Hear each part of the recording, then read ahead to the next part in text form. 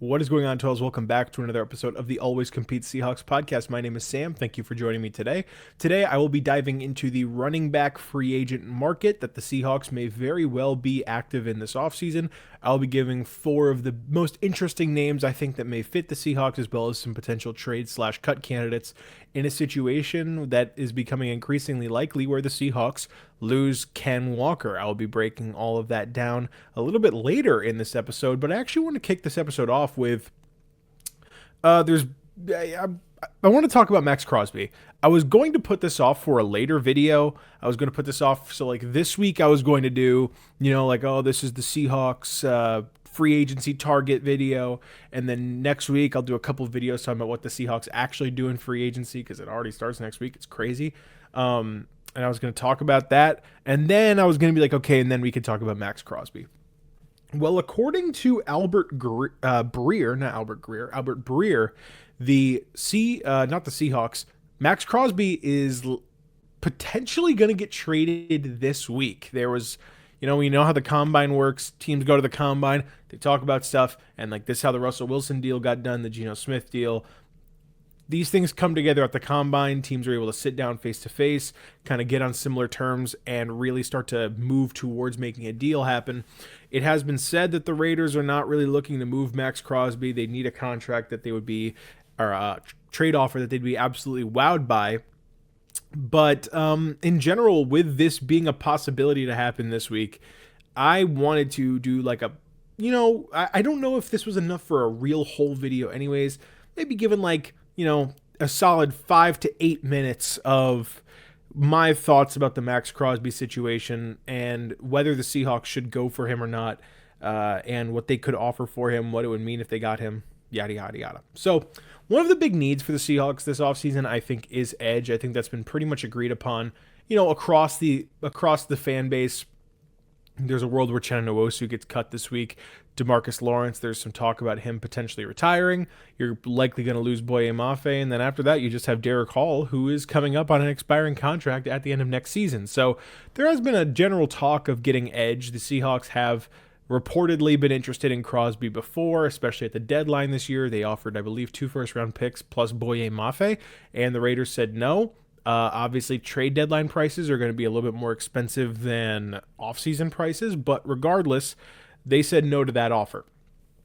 Now, it is worth noting that in Albert Breer's kind of article where he talked about the Crosby situation, he did not explicitly mention the Seahawks as one team that was keeping tabs on this. I think he said like 6 or 7 teams, and the Seahawks were not one of them.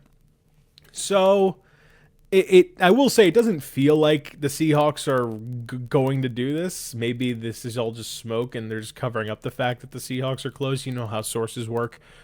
I personally don't think the Seahawks are going to be able to get Maxx Crosby. That being said, would I like the Seahawks to trade for Maxx Crosby?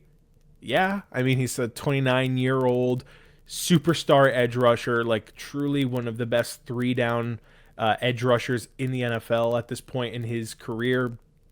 Just elite against the run, elite against the pass. I've been watching so many games where he can just take over, and he's a truly imposing force, a dominant player that, I mean, as good as the Seahawks defense is as a whole, I don't know how dominant like they are on an individual player basis.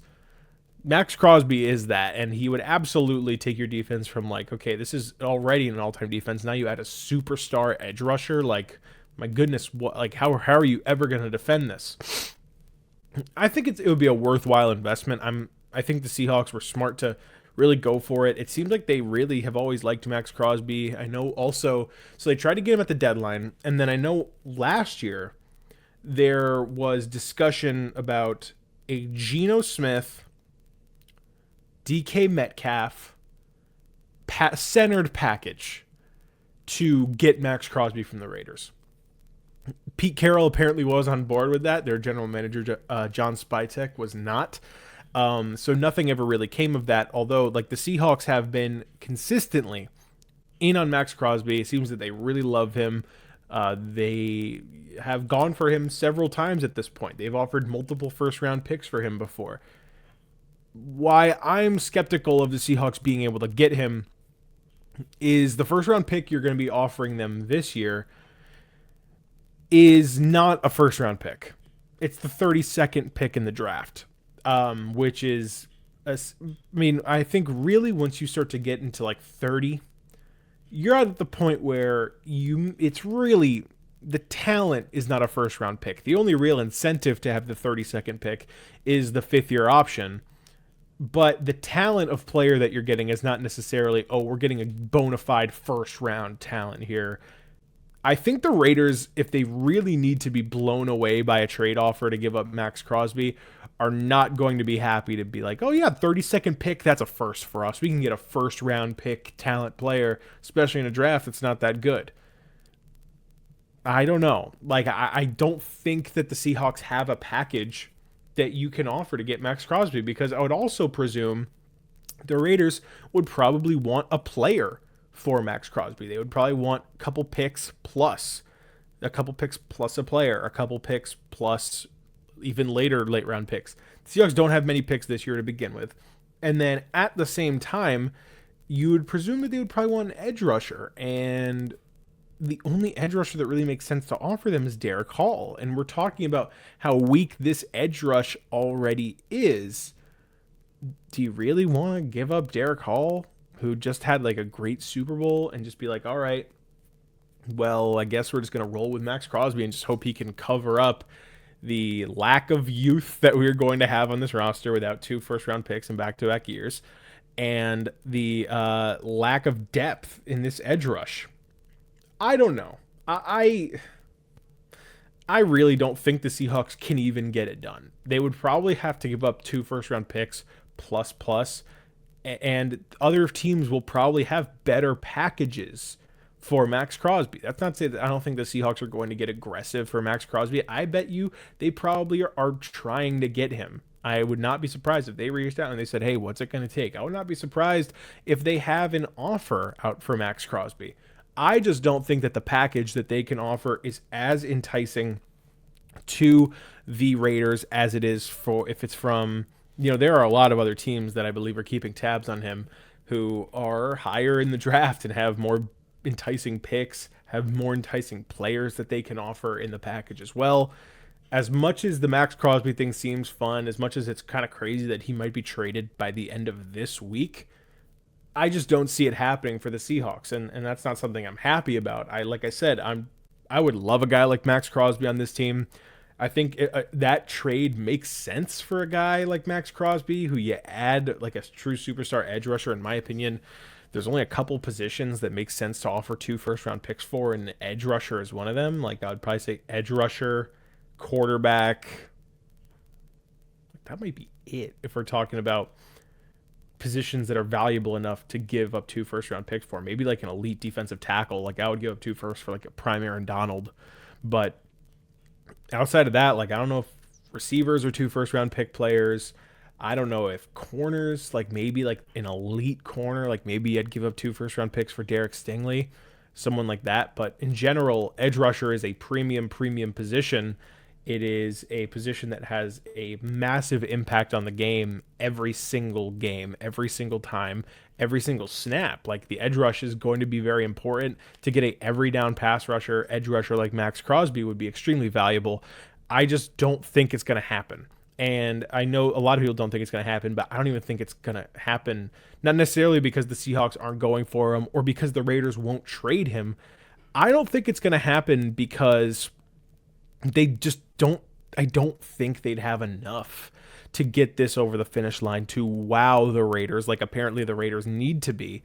And also, I don't know how aggressive they necessarily need to be to improve this roster. If this was a team that maybe made the NFC Championship, I would understand the desperation a little bit more. I don't know if you have to sell your soul for a player like Maxx Crosby to be so focused on, hey, can we get better? Can we improve? And then to just kind of after that, not have any type of real future because you gave up 2 first-round picks in a row. I don't know. I don't see it. I don't think you need to, for lack of a better term, bend over backwards to make this roster better, or as so much better that you're giving up all that value. I think Maxx Crosby is a great player. I think he's the right player you would look to add. I just don't think it's going to happen with the compensation that the Seahawks could give up, as well as the trade offers that other teams are going to be offering. So that's kind of my 2 cents on it. I just wanted to briefly touch on it. I don't know. I was gonna, like I said, I was gonna put it off maybe to do like a more long form video, but with it looking like if it's gonna happen, it's probably gonna happen this week. I figured I couldn't push it off any further. I had to get my thoughts on it now if I wanted to say anything at all, and that's kind of where I'm ultimately falling. I think the Seahawks should be going for him. I think the Seahawks probably are going for him. I think the Seahawks have proven that they are willing to get aggressive for him. I just think like the Seahawks being aggressive, the Seahawks could give the most aggressive trade offer they could, and another team could probably offer a better package just with the pure resources that the Seahawks have. That's what happens when you win the Super Bowl. Your picks aren't good. So, that's kind of it for the Maxx Crosby thing. I might touch on it again if/when he gets traded. But for now, let's move on to the real meat, the real entree of this video, if you will. Seahawks running back candidates. I did my Seahawks cornerback candidates video on Saturday, I believe, and now I'm going to be touching on running backs. Now, in the recent days, it certainly seems as though Kenneth Walker will not be on the Seahawks next year. It seems as though the Seahawks have reached a point where his market is too much for them. It's still unknown whether they will throw some kind of transition tag on them. A piece to factor in for the transition tag, if you're considering that, is if another player signs, if a player signs with another team and you put the transition tag on them, you forfeit draft compensation. So if Kenneth Walker leaves, you might be able to get a third in comp pick next year. You forfeit that if you put the tag on him. So I don't know if they do it. We'll find out by tomorrow afternoon, 4 Eastern, whether the Seahawks will put a tag on Kenneth Walker. I ultimately doubt they will, but we'll see where that goes. But in the meantime, I think this becomes your second biggest need if Kenneth Walker isn't on the roster next year. If the season started today, your starting running back would be George Halani.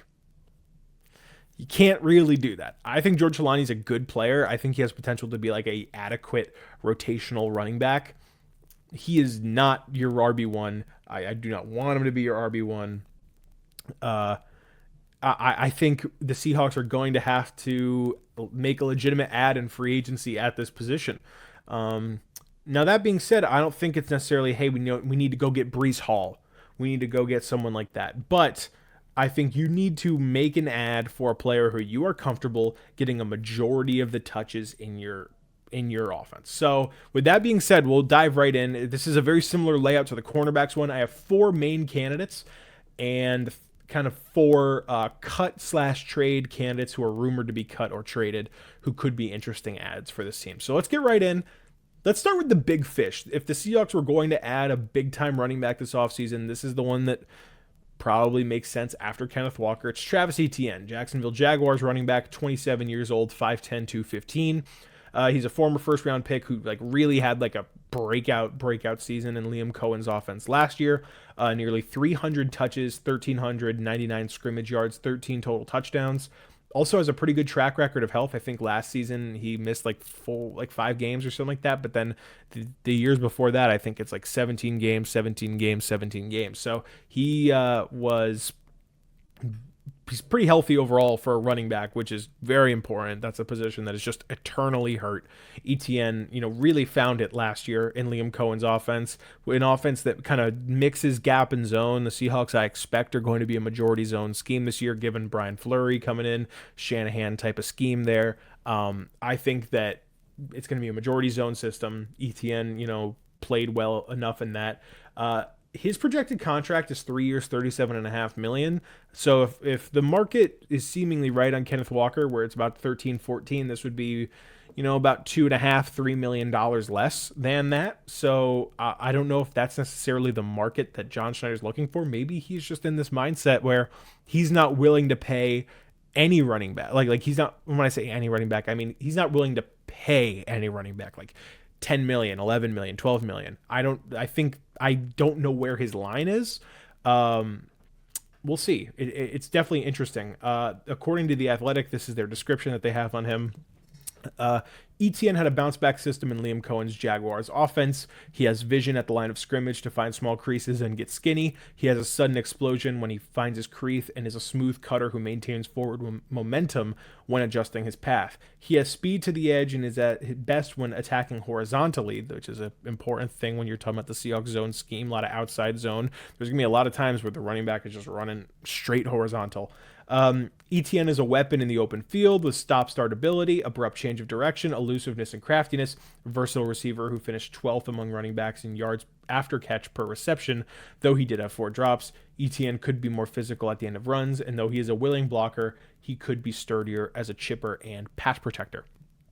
So ETN is the high end. I don't expect them to really go for ETN. I do think he's a target that makes sense if Kenneth Walker is a little too expensive, maybe this is like the next step down. Another mindset that I entered this with is I was looking for running backs who have an explosive playability, because when you're factoring in Zach Charbonnet, who will be back this next season, I have to think he will play at some point next season. I don't know if that's in week 5 or in week 12, but I do think he will be back at some point.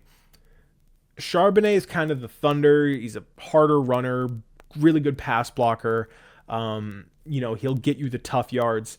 Kenneth Walker is that explosive play threat who teams have to worry about in the run game every single game, with him breaking away a big one. So in this kind of profile of running backs, I was trying to find guys who have a little bit more explosive playability and guys who are a little bit faster than they are strong. I think I was looking at a guy like Tyler Algier. I think Tyler Algier is very, very good. I think he deserves to probably get a chance to be a running back 1 next year. He is very similar to Zach Charbonnet, though, when you look at the profile of big, tough back who catches the ball and doesn't fumble. They are literally so similar. I don't think it makes sense to have Tyler Algier and Zach Charbonnet in the same team. I just don't think it makes sense at all, because they're so similar as a player, and Seattle has proven that they kind of like this RB rotation type thing that they got going on, which is also why, if they like this rotation thing, I don't think ETN makes a ton of sense for them, because he's going to be demanding true running back 1 bell cow money. And not to say that he doesn't deserve that, but is that really what the Seahawks want? I doubt it. So I put ETN as kind of, hey, he's the best running back after Walker, but I'm not sure. Next, Rachaad White from the Tampa Bay Buccaneers. This guy, 27 years old, 6'2", 214. Had a career year in 2023 with 336 touches, 1,539 total yards, and 9 total touchdowns. The bad news for Rachaad White, his production in the last 2 years since 2023 has essentially matched his 2023 production. So in the last 2 years, 367 touches, 1,796 total yards, 13 total touchdowns. He lost true starting running back snaps to Bucky Irving and Sean Tucker. I think really since the Liam Cohen style offense has entered, he has kind of fallen out of favor over there.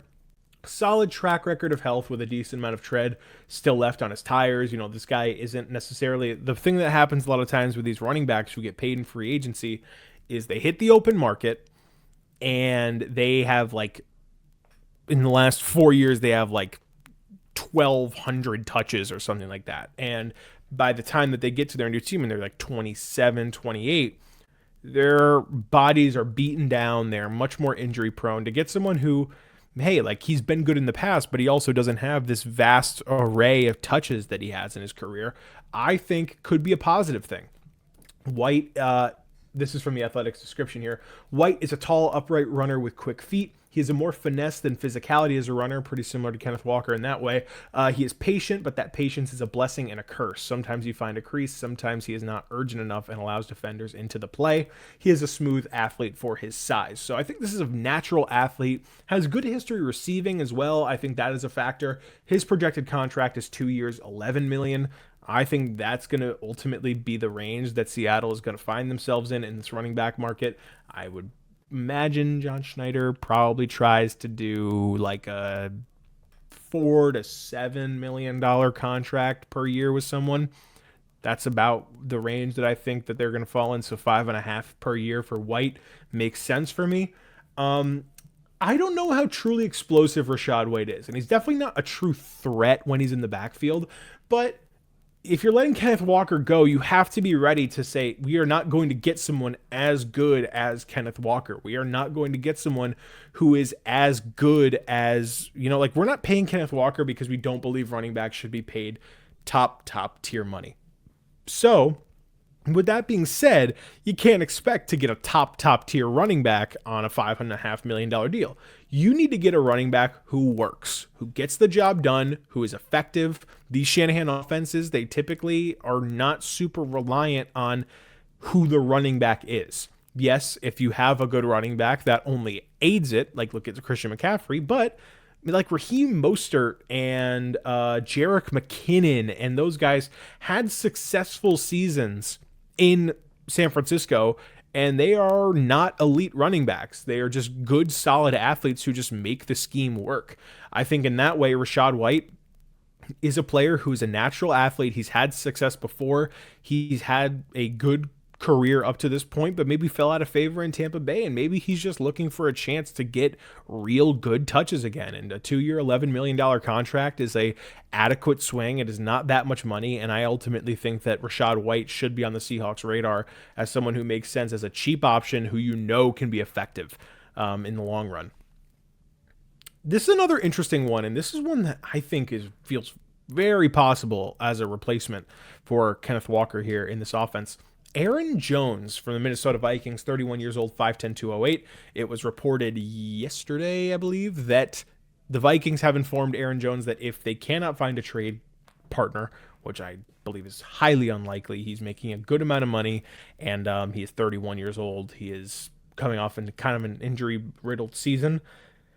I don't think that they are going to find a trade partner. He is likely going to be released in that case. So here's my profile on Aaron Jones.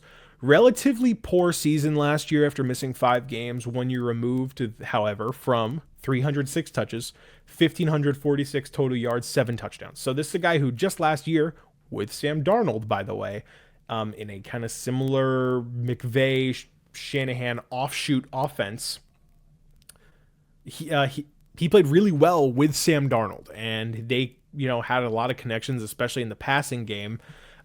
He is highly likely to be released, I believe.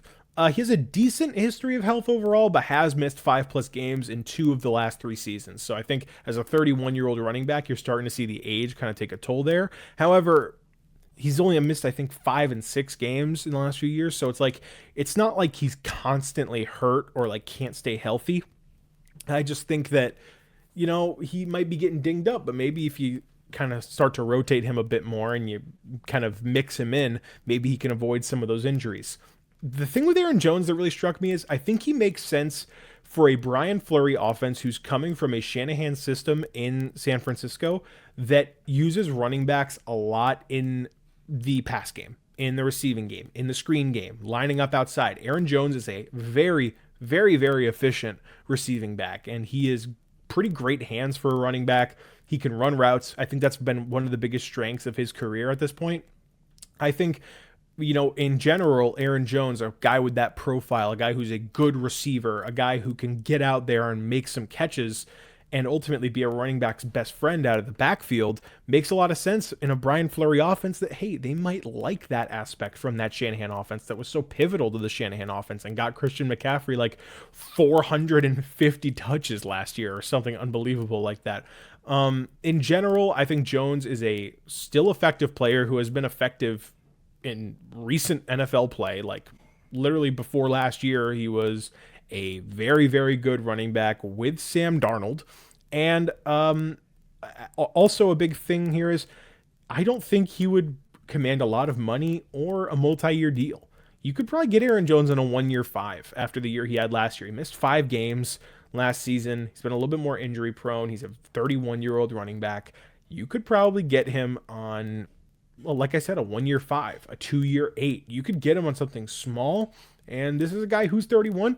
Maybe he wants to ring chase a little bit. Maybe he wants to come to Seattle and play with his boy Sam Darnold again. I think Aaron Jones here, of the four that I have listed, probably makes the most sense to me as someone who you could go in on day one of the season. I think he especially mixes well with Zach Charbonnet, who, Aaron Jones is a little bit more finesse, a little bit more bouncy, a little bit more agile than Charbonnet, who's more of a big, uh, nasty back. So Aaron Jones, I like a lot. I think as a cheap swing, like you hit on a lot of these cheap veteran swings last year, may as well take another one with Aaron Jones, who I think could really fit well in this offense and be a logical fit here, even if the injuries are a little bit of a risk. Now, this next one here, this last one that I'm really going to go in depth on, I think is a really fun candidate for, hey, do you want to buy low on someone? Like, and when I say buy low, I mean like a 1 year, 2.5, and see if he can recapture something. Jerome Ford from the Cleveland Browns, 27 years old, 5'10", 210 pounds. He broke out in 2023, replacing Nick Chubb. He was like the rookie backup to Nick Chubb, and then Nick Chubb had that really gruesome knee injury on Monday Night Football. Jerome Ford comes in and he becomes like a fantasy darling in a way. 248 touches, 1,132 total yards, 9 total touchdowns.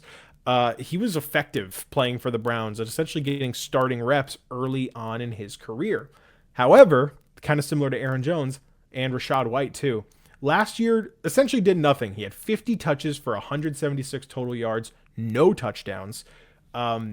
He did miss some time with injuries. He's dealt with injuries in his career. Like I think like hamstring injuries, a couple ankle injuries. I think last year missed some time with a shoulder.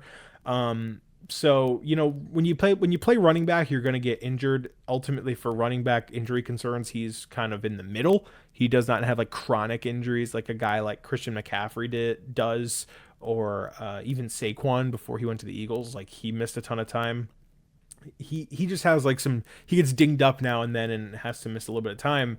But does have lots of tread on the tires. Like this is a guy who does not have a ton of carries, and I think he still has good football left, and he still has some stamina left in that body to play running back.